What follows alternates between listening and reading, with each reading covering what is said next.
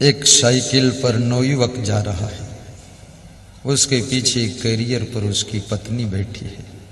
पत्नियां बड़ी सौभाग्यशाली है, आराम से पीछे बैठी रहती है, ड्राइवर साहब चलाते रहते हैं। और पत्नी कितनी वजन हो और पति कितना हल्का हो, और बड़ी हिम्मत से खींचता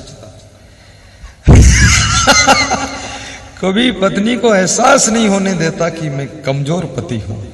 बताता है मैं दमदार हूं, चाहे दम सब निकल जाए तो खींचता है। और फिर गीत क्या गा रहा है, उस पत्नी की गोद में एक बच्चा है, पति की पीठ पर रूमाल से दूसरा बच्चा बंधा हुआ है, साइकिल के डंडा पर तीसरा बच्चा बैठा हुआ है। 4000 की साइकिल और 5 सवारी। तुम 5 लाख की कार में 5 सवारी बैठते हो और 4000 वाले में 5 लोग जा रहे हैं, और न डीजल का खर्चा न पेट्रोल का खर्चा। जब पसीना निकलता है तो बोलता है ये पेट्रोल निकल रहा है बहुत हालत खराब है। लेकिन फिर भी उसके मन में कितना उत्साह है और गीत गा रहा है। क्या? मेरा मन डोले, मेरा तन डोले, मेरे दिल का गया करार रे, कौन चलावे साइकिलिया। सब दोहराओ। ये तुम्हारे गाने योग्य हैं लाइनें, मेरे गाने योग्य नहीं है। फिर मैं कथा सुना रहा हूं इसलिए सुनाना पड़ता है, मैं बाद को तो बिल्कुल नहीं गाता हूं, पर यहां प्रवचन में ज्ञान समझाना है इसलिए गा रहा हूं। पर तुम गाओ तो थोड़ा ठीक रहेगा, क्योंकि तुम्हारा मन तो डोला हुआ ही है बोलिए, दोहराइए। मेरा मन डोले, मेरा तन डोले, मेरे दिल का गया करार रे, कौन चलावे साइकिलिया। सब महिलाएं खुश है कि कौन चलावे, मेरा पति चलाएगा और कौन चलाएगा। जोर से गाओ, भाव से गाओ। मेरा मन डोले, मेरा तन डोले, मेरे दिल का गया करार रे, कौन चलावे साइकिलिया। मन बहुत चंचल है।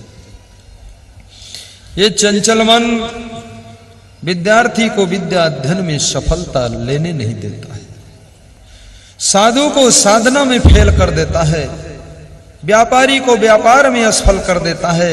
ये चंचल मन एक राजनेता को राजनीति में जीरो कर देता है।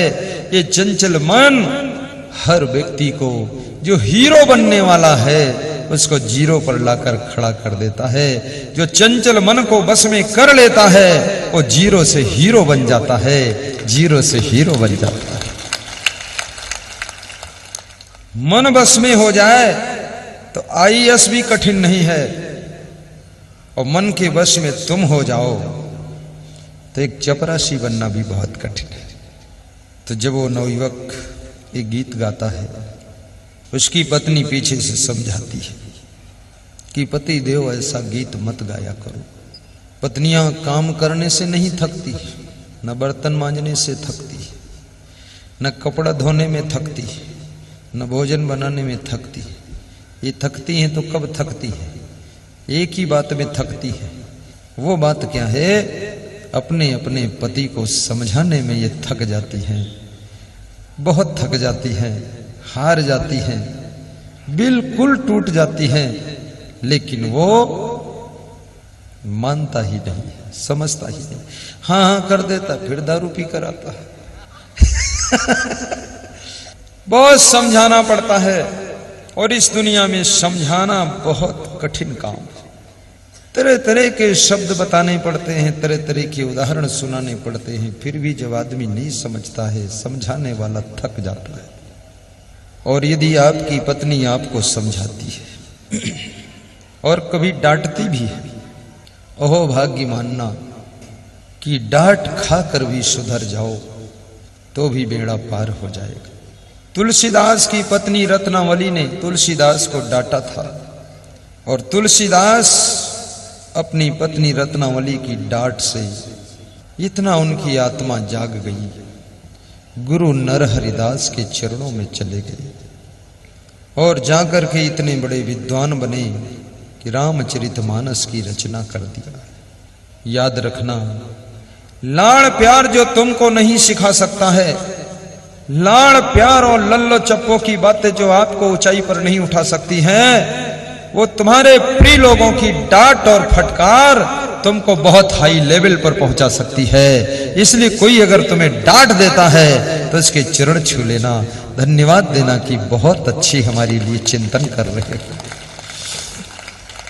और ये भी याद रखना, कोई व्यक्ति आपको डांटता हो और एकदम डांटना बंद कर दे, कुछ न बोले, तो समझ लेना अब उसके दिल में तुम्हारा स्थान नहीं बचा। इसलिए तुम्हारी तरफ से उसने चित्त हटा लिया, न कुछ कहता है, न डांटता है, न बोलता है, शांत रहता है, मस्त रहता है। अब वो अपने आप में डूब गया है, अब तुमसे वो ऊब गया है, अब खुद में डूब गया है। अब तुम्हारा ख्याल नहीं कर रहा है, और जिसका ख्याल पूरे घर के लोग करे वो बड़ा भाग्यशाली होता है। तो पत्नी अपने पति को समझाती है और क्या कहती है, तेरा मन डोले तेरा तन डोले, तेरे दिल का गया करार रे, कौन संभाले सही किलिया। समझदार है पत्नी। पत्नियां प्रायः समझदार होती हैं और पति अक्सर नासमझ होते हैं, और बहुत समझाती हैं पत्नियां तो पति सही रास्ते पर रह जाता है, नहीं तो पतियों का इतना पतन हो जाए कि ये मुंह दिखाने लायक न रह जाए।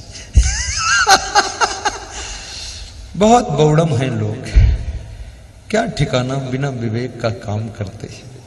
तेरा मन डोले तेरा तन डोले, तेरे दिल का गया करार रे। इसमें कोई ऐसी स्त्री है जो शराब पीती हो? हाथ उठाओ।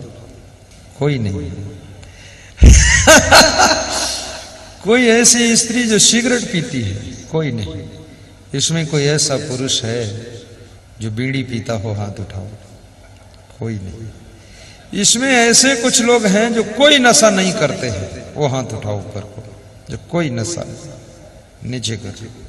25% लोग हैं जो कोई नशा नहीं है, और 75% लोग हैं जिनमें कोई कोई नशा है। कुछ नहीं तो तंबाकू खाते हैं, तंबाकू भी नहीं खाते तो सुपारी खा लेते हैं, सुपारी नहीं तो थोड़ा गोबर मुंह में डाल लेते हैं।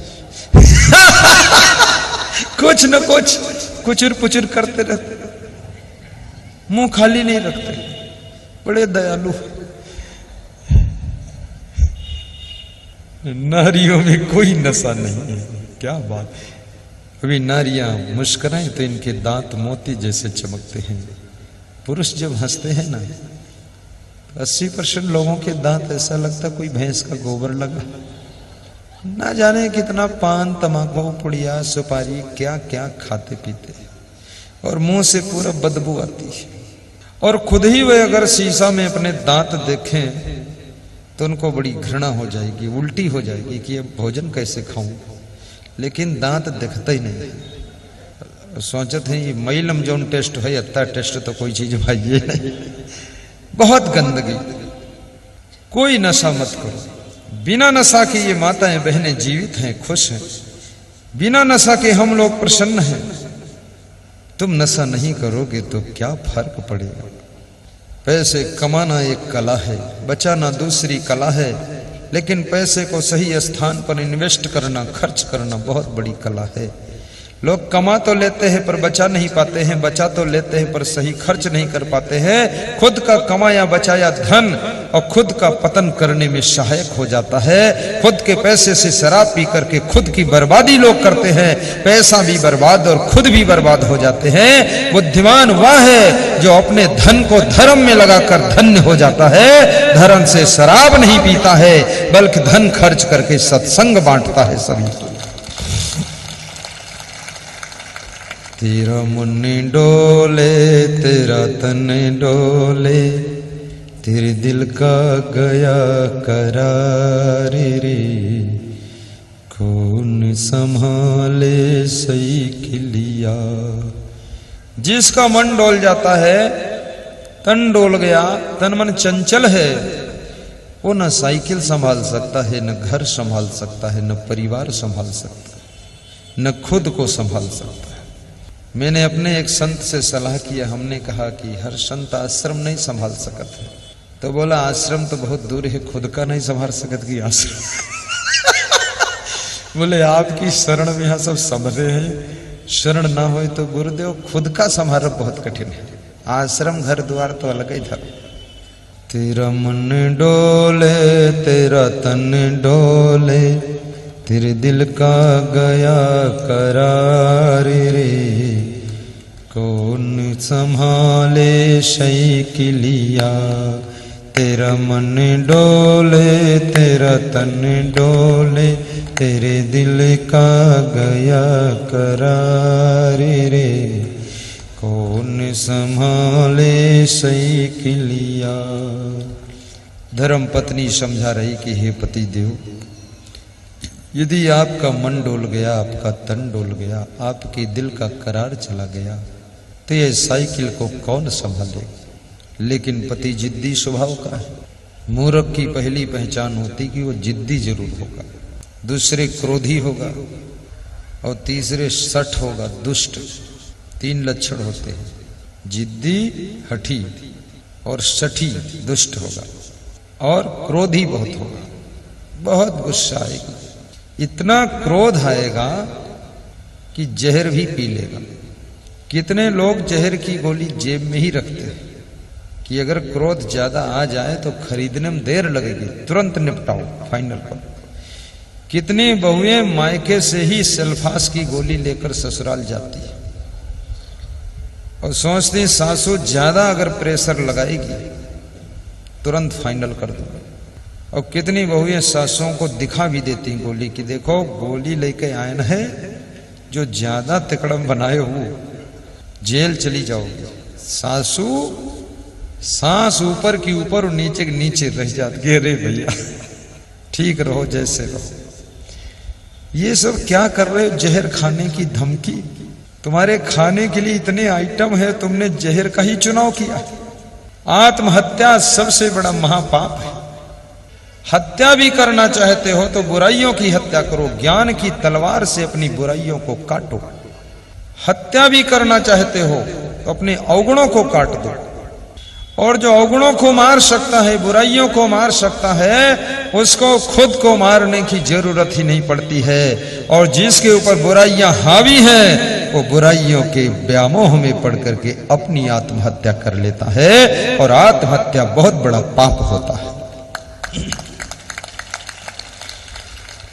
कभी आत्महत्या मत करो। पति फिर वही गीत गाता है, मेरा मन डोले मेरा तन डोले, मेरे दिल का गया करार रे, कौन चलावे साइकिल।